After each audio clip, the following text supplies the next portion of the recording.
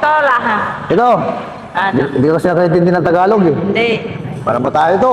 Ano ba salita mo? Badyaw? Badyaw. Sige, turuan mo daw ako magbadyaw. Good. Anong pangalan mo? Badyaw.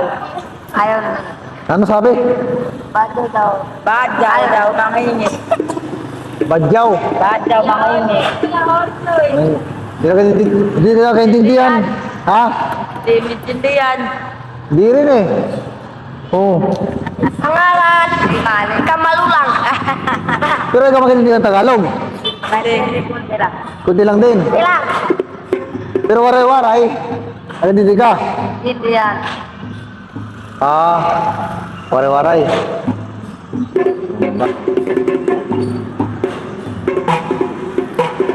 Sige. May singko ka na. Pangalawang tanong. Sino yung pinakagwapo ng presidente? Pinakagwapo? Basta doon lang yung presidente. Presidente nga, Pangulo ng Pilipinas.